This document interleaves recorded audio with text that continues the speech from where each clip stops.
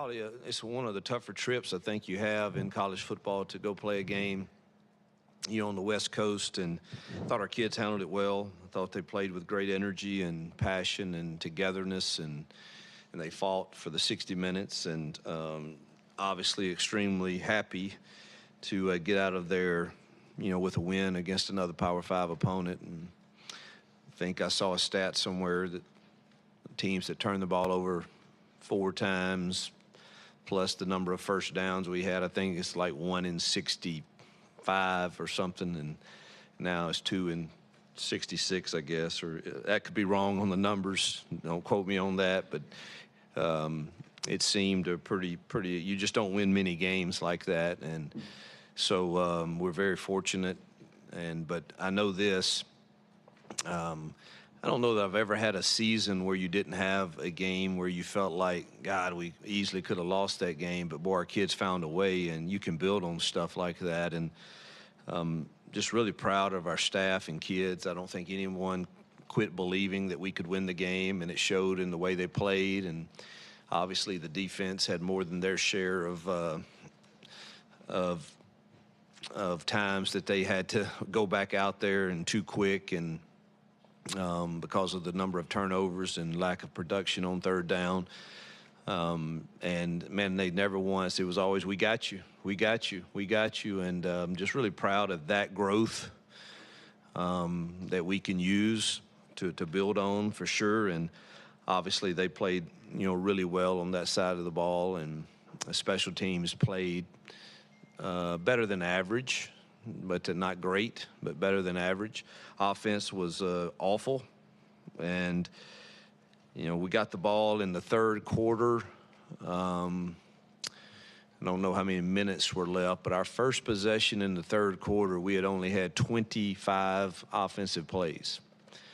And I do believe we had a really good plan offensively, particularly in the second half, and think we would have scored points had we not turned it over 2 more times. But we only had 4 possessions, and those turnovers are just, you can't win football games turning the ball over. And thought we were ripping off some pretty good runs, and either had a penalty or a turnover for those few possessions that we had the second half. So I think there's some things we can build on for sure, but ultimately the bottom line is our kids found a way to win, and we celebrate that. And you can write it however you want to write it, but the bottom line is Auburn Tigers are 2-0, and we celebrate that.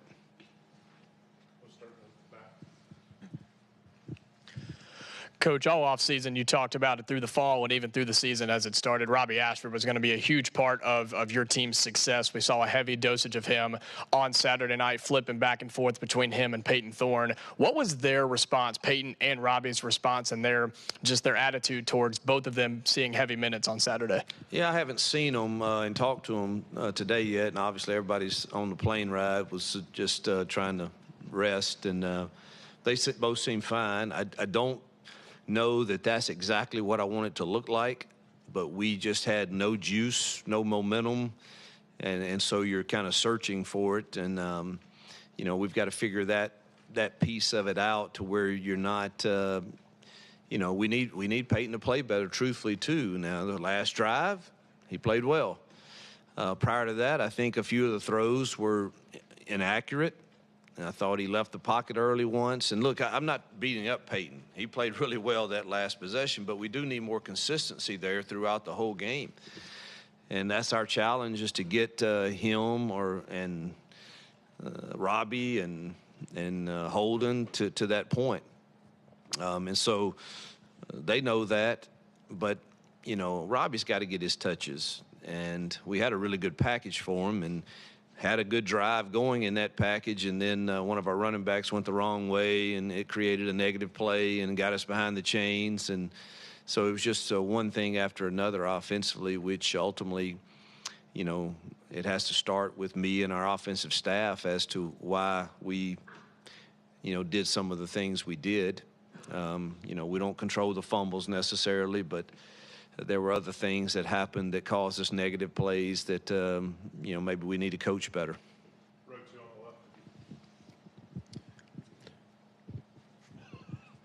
Well, you can talk, too. One of the things you've talked about is taking shots downfield. You didn't do much of that Saturday. Was that by design? Was it something Cal was doing, or was it just the ineffectiveness doing it? Well, Cal was I think we only called 3 and probably should have called more. But it was Cal, played us a little differently. But there were times that I thought had early in the game, I know we had one real shot, and, we read a different side of the field. And then our receivers didn't win a few of the others that we called. They were in man coverage quite a bit. And they won some of those battles on us. Coach, after the first game, you mentioned some of the defensive alignment issues. How did you work on that, and were you pleased with the progress they made in week 2? We definitely made progress. It was much better. The effort was incredible. Lows were way down.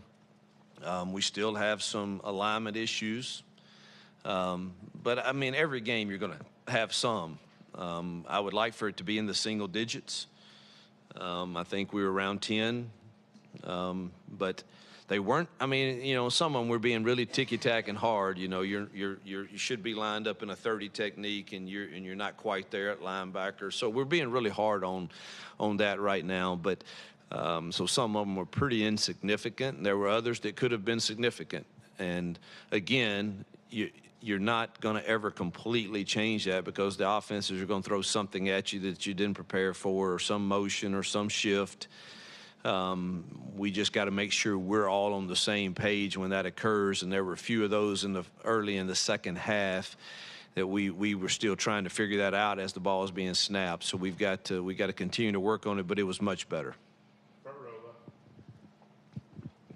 Coach, you've chosen to give up play calling for the first time in your career. How would you characterize what we saw on offense Saturday? Was it more play calling, or was it more on the execution side? And did you take over play calling at 80 point during that game? No, I called 3 things in that game, and it's hard. I'm not going to lie. And, I don't want to make I have great confidence in our staff. And, one game is not something that you should, particularly when you have 4 turnovers and the number of penalties we had that got us behind the chains. I just think that, I know I'm not making any excuses, because we have to own what's on the film, but when you turn it over 4 times and you don't get a lot of possessions in a game, it's hard. And that's kind of where we were. And every time we did get an explosive run on the reverse or something, there's another penalty. And we did everything that we didn't do in the first game. We didn't have turnovers. We didn't have penalties. And dang, if we didn't look like it was the first game offensively. And so I did not take it over. I did call the fade to Rivaldo and a couple other things. But, no, it's not at that point at all. I have great confidence in them. We've had a lot of tough talks this morning. And, I can't be everywhere, but ultimately I have to own everything. And I spent a lot of time with our defensive guys last week, and going to spend a lot of time with our offensive guys this week. And but it's really not. It's about us all seeking wisdom as to how we can get better, me included.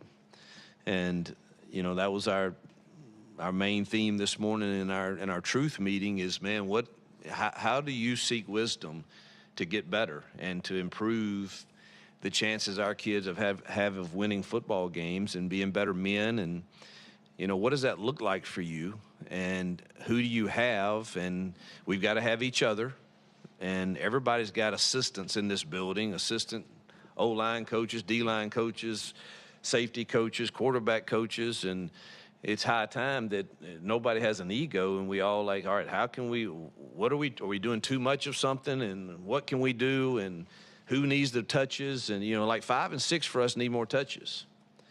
Those 2 guys they're our best receivers. Now, I wish they were bigger, because the catch rate is not big, but and we got to improve the others, but those guys are pretty good in space, and so we've got to use those guys more. Rivaldo obviously needs to be utilized, and he was well in the second half, but we got to play to our strengths and figure out how to make it look different every week. And So those are some of the things I challenged them with this morning is, how are you going to do that? And if you need help, I swear I can help. I'll draw them up and show you how to make it look different. But they have the ability to do that. And so, again, I think I know you guys have to, it was ugly. There's no two ways around it, but you also have to take into account the number of turnovers and penalties for possessions versus was it just awful play calls. I didn't see many awful play calls, truthfully. They all have a chance to work. Nothing schematically was off about it. I think we need a little more balance, and we got to figure out what that looks like exactly that our quarterbacks and receivers can handle. And our RPO world, we didn't utilize near enough. We've got to work on that. So we'll challenge each other to be better this week as coaches and players. It's on the point of a play calling. When you talk to Philip about that, as you mentioned, what does that look like going forward now? As you were saying, it was hard to keep yourself from calling more plays at that point. We're not overreacting to anything. I have great trust in him. We're going to work together this week on the game plan, and and obviously he doesn't have an ego. He doesn't care if I step in and call it, but I need to probably be in more meetings. And like I said last week, we were really that game went nothing like I expected.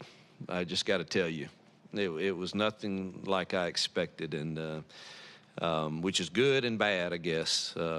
So we worked really hard on how do we come up with the right defensive plan for our guys, and how do we handle the tempo.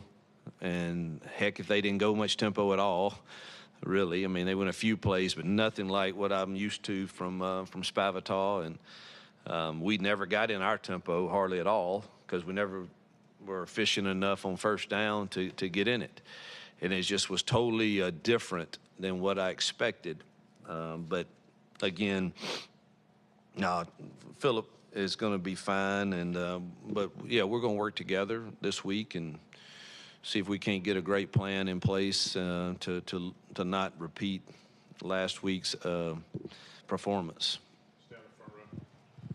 How do you think Peyton did with his decision-making, specifically in the RPOs that you guys called? I know that was something from we week didn't one. call enough. We didn't call enough RPOs, so I can't say Peyton was that was him. I just think he was inconsistent with the early throws that we had, and that really continued. Again, third quarter, we didn't have the ball very much, or the fourth quarter, truthfully. So, the last drive is one we're going to choose to concentrate on and focus on and see if we can't build on that.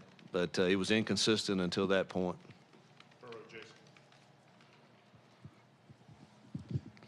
When you look at this defense, how much have they progressed since the start of this preseason? And then just talk about the job your staff has done in trying to fill pieces, because you've had some injuries on that side, and they just kind of keep plugging in. It was a little scary the second half. We had Keontae out and Simpson out to start the third quarter, which we already had Pritchett out who couldn't play. And so you're playing a lot of young guys that hadn't had a ton of reps. And so and Keontae was out until the last drive, truthfully, the whole second half. So, and then DK went out. So we were greatly challenged. Nixon dinged his hand there, his wrist that he had surgery on, and we're thin at linebacker, really thin. And so it was quite a challenge. So really proud of our kids and the staff. They just kept battling and finding a way to get off the field and get important stops. Did we improve from week 1 to week 2? Absolutely. Now, are we fixed yet and ready to say we're fixing to dominate and hold every opponent to 10 points? I would like to say that, but that's not accurate. We got to keep working because tougher tests are coming. Do you expect those guys like Donovan and Pritchett back this week? Some of the guys that you mentioned. It's too early to tell, I think, on both. I would love to hope that they both would be ready to go for sure, but it's too early to tell. Would love to get. We're without J.D. Rhyme so far too this year, and I think he could help us. So, but it's too early on Monday to tell. I want to ask you about Kayan Lee. I mean, he played a lot of snaps the other day, and he played a lot better than he did against UMass. Are you seeing him kind of step it up? Yeah, and there's, we think he's going to be really he's really talented. He's going to be really good. He's just young. There's times I think he's still a little unsure about his confidence level and gives too much ground. There were a couple of those in the game, and obviously the 15-yard penalty we don't need. That was critical at that juncture. But did he play well? Yes. He still can get better. Yes. But God, we're glad we have him. We're really thin back there right now. Yes, you mentioned playing Jay Fair and Varmore together. Do you think Fair is more built to play on the outside, or do you think it's the other way around? I don't think either are built to play outside, truthfully. But obviously, unless you get in 10 personnel, there's one of them will have to if you're going to play them both at the same time. And so I don't know if I said that. I said they need to get more touches. Now, does that look like them playing more at the same time? Maybe. We got to figure that out this week for sure, or today. Thank you. 2 questions, if I may, but first one, just in your coaching experience, a win like this in an adverse situation, how does that pay dividends later in the season? And then secondly, just looking ahead to Samford, curious if you have any relationship with Chris Hatcher and what you know about the Bulldogs. Yeah, there's no question. You're very sharp with the question, because a win like that, that's a tough trip. And I won't go on Thursday again if we ever have to do that again. And that trip back is really, really, really hard. I mean, we rolled in here at 10 o'clock yesterday morning, and I don't know that you can recover immediately in the next week for that. But I think there's so much to build on, because I'm still learning this team. They're still learning me, and I was so pleased of the way it just was no panic. It was just, we're going to figure this out somehow, some way, and get out of here with a win. And not every team in year one have I felt could handle that, and I wasn't sure about our kids, truthfully, and I really thought we were going to go in there and score 30, 40 points and make it easy on the defense, and Lord knows that didn't happen. And I was so proud of just the leadership on that side of the ball that we got you. And Eugene Asante played his tail off, and as did others. I don't want to get to pointing them out, but he played really well. Jalen McLeod makes us different when he's playing. So there's so much to build on from that, because we're going to have some adverse situations in this league, particularly at the point we are in our program. And so we can point back to these moments of how you should fight to the end, irregardless of what the result ends up being. That's the way we should keep fighting. So I think that's, Hatcher and I have known each other for years. I think he's one of the better offensive coaches in football. He's done a remarkable job there, and he will have his kids excited and well prepared to play here, I have no doubt. And they'll test you in the passing game for sure and throw it all around. I think the last time he played here, I believe it was here. I know I watched the film somehow, but I think it was here. But, man, it was every polecat and quads and every formation you can imagine that he pulled out and had success moving the ball.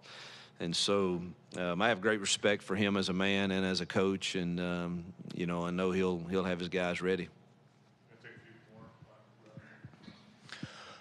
When it comes to your run defense, how did you see them respond based off of what wasn't a great performance in week 1 against UMass, plus the outside chatter from your opponent? How did you see that run defense respond on Saturday and moving forward for Samford this week? Well, the stats are what they are, and so they performed, and they stopped the run. And so we absolutely improved from week 1 to week 2 in that. And I don't know that has any bearing on what you do in week 3. You better prepare the same way, and you better have a great plan, and know you've got to do it again and again and again. And but we did absolutely felt like we had to stop the run and make them one-dimensional. We weren't sure that either quarterback could all night long throw it and beat us. I said wasn't sure. I'm not saying they couldn't, but it wasn't enough tape to really. But we kind of just, when you look at 2 transfer guys and they weren't used to throw it at their old school, you kind of just hope in your mind that's a situation where maybe they can't throw it well enough to beat you. So let's be sure we've got to stop the run, because they had really talented running backs, and I thought our kids did a great job of doing that. Coach, you mentioned getting 5 and 6 more touches. What about the rest of the wide receiver room? Are you expecting more production out of the other guys too? Well, you sure hope so. Well, we haven't proved we can do it yet. So until we do, I mean, we've got to prove that we can win some one-on-ones and we can throw accurate balls to them, and we got to keep improving that room. I've said that since I got here, and that's still the case. Coach, the Cal running back, the young guy, Jaden Knott, gave you guys what might be a little bit of bulletin board material before this one. We had heard that maybe they had used that for some motivation. How much do you use those kind of things to motivate your team going into a matchup like this?